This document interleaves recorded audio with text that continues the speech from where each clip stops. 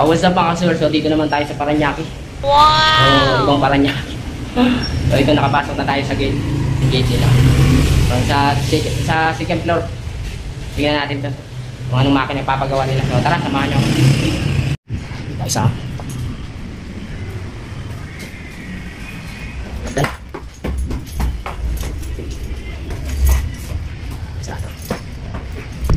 Tao po. Ito po nga. Ay, ito pala yung sa kanila rito. Sublimation po ba kayo? Opo. Ah, kaya. Wow! Ito yung mga tahi nila. Oh, magaganda ah. Ayan. Wow! Sino magpapagawa dyan? Sublimation. Thank you, sir. Tapos lang natin. Sige po, salamat po. Yung mga gawa nila. Ang gaganda ng mga gawa nila rito. Aircon pa tayo rito. Wow! Okay. Saan po ba, ma'am? Dito pa. Ay, saan nila rito? Kalos BF Homes po kami, sir. Akalas di. Kalos PHBF Homes. Ah, yun. Tara na, sir. Dito po. Hindi tayo. Aircon pa. Ay, ito lang. Matahiyan nila rito. Wow! Okay, sige. Alin po ba ito, ma'am? Ah, for trades. Sige, ayusin natin yan. Ano po bang sira nito, ma'am? Paktaw siya, sir. Ah, napaktaw siya. Oo. Ito. Paktaw din siya sa makapal din. Ah, napaktaw. Ngayon, ayusin natin yan. Tala, sabihin natin. So bago tayo mag-start mga kasawer, making sure at kung bago ka lang dito sa channel ko, subscribe nyo na ako, Jale Sawing Mechanic. Yan nga, nagtuturo tayo ng mga iba't ibang klase ng paggawa ng makina na pwede nyo matutunan, lalong-lalo na yung mga beginners dyan. So like and share nyo ito mga kasawer, nang makarating sa kapwa natin mananahe dyan, may ganito silang magkaroon sila ng idea. Tara, start tayo. So ayun pala, check natin yung timing, tanggalin natin yung plato, titignan natin yung timing niya. Sabi na. Check natin yung timing niya. Tapos, okay naman yung timing niya. Dito. Tagal na sinulit. Check natin ulit. Okay naman yung timing niya. Tapos, baba. Ito mga kasunod, kahit nasa timing ito, may posibilidad pa rin talaga magpaktaw ito. Minsan dito sa take-up trade, mag-adjust yan minsan sa putang nangyayari niyan kaya nagpapaktaw. So ito mukhang nakikita naman natin na ayos naman yung timing niya. Sikuli dito. Inarin. Okay naman timing. Dito to sa pick-up room. Check natin yung dyan. Karayong kanina. Ito, medyo malayo-layo ito. Doon sa dito niya, medyo layo-layo. Nagalaylay na. Hindi, medyo malayo-layo. Kaya medyo idikit natin bagya. Para ano Natin. Tulak natin papunta dito. Gini ako lang ano ini. In-adjust lang natin, higpitan na natin. Tingnan na natin, pandarin na natin. Tingnan natin kung magpaktaw. Pansin natin mga kasawar, bali sumasabit yung karayom dito sa gilid ng plato niya. Adjust natin yan. So may video na rin tayo dyan kung paano pag-adjust mga kasawar. So ito, yung dalawang tornilyo na to, luwagan natin, din tulak natin papunta rito. Tingnan natin ito. Jig natin. Ayan, pantay na siya. Kasadaan natin siya.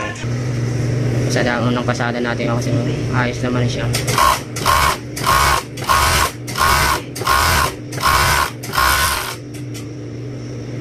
Okay naman siya. Wow! Pwede natin siya, ano, sir? Nadali, agad.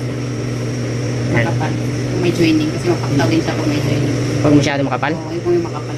Wow! Kuha natin sa makapal. Bali, 4 na ito. Kuha natin.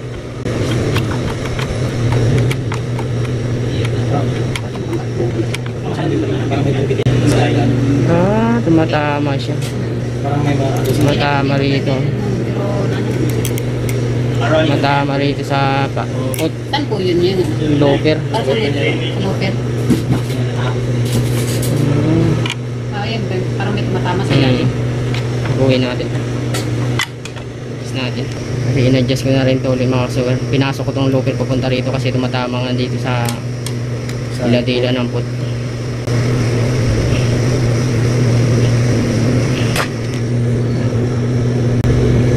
Masyado malayo na rin siya rito. Hindi na kasi masyado malapit. Huwag lang ito sana mahagip dito. Kabila. Oh, malayo. Hindi nakahagip ng isang karayo.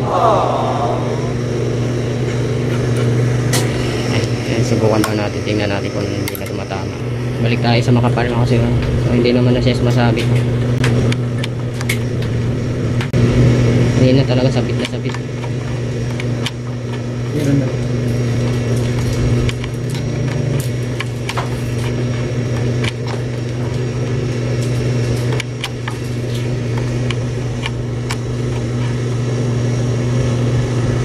Pag nilayo kasi natin, hindi na halos hagipin ng isang karayom na to.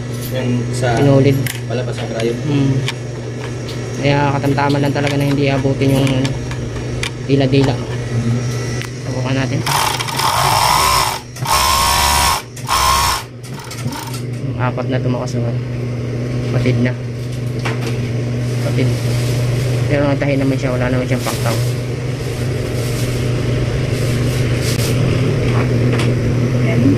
Ratratin na natin. Few minutes later. Ayun nga kasi bali naputulan tayo ng lower looper gawa ng tumatama rito sa ano.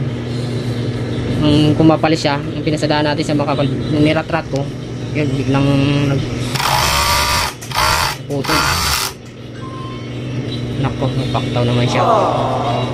Pag sa single lang, paktaw. Yun lang. Nako, patay tayo dyan. Para masyado masikip pa. Ano natin? Iwagan natin lahat. Lahat masikip.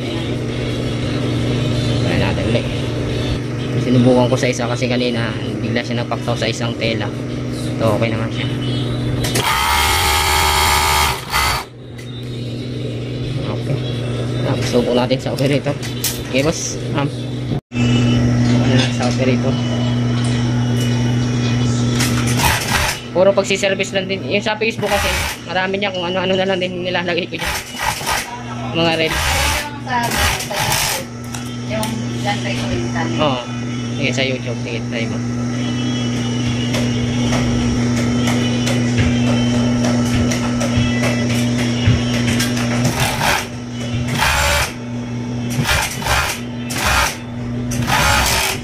Wala na siyang paktaw siya. Oo.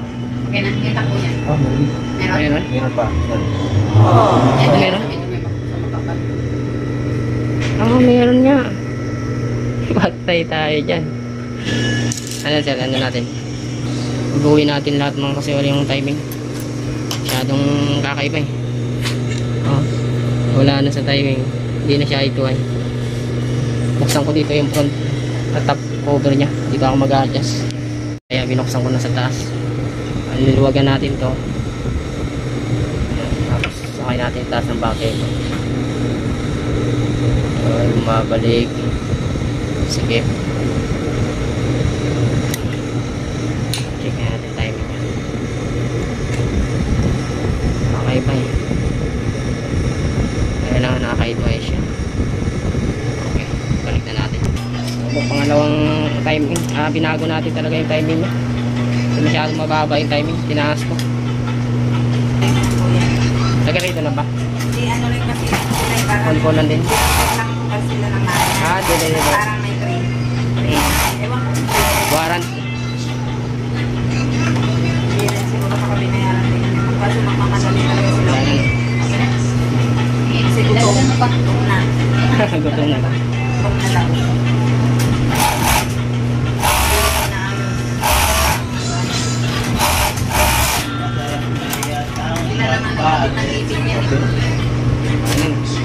Ayun.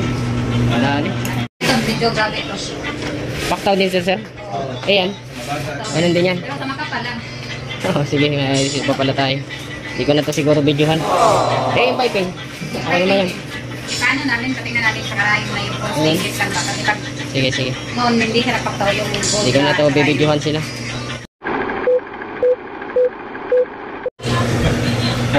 So ayun mga kasor, nakita nyo naman, bali apat yung ginawa natin.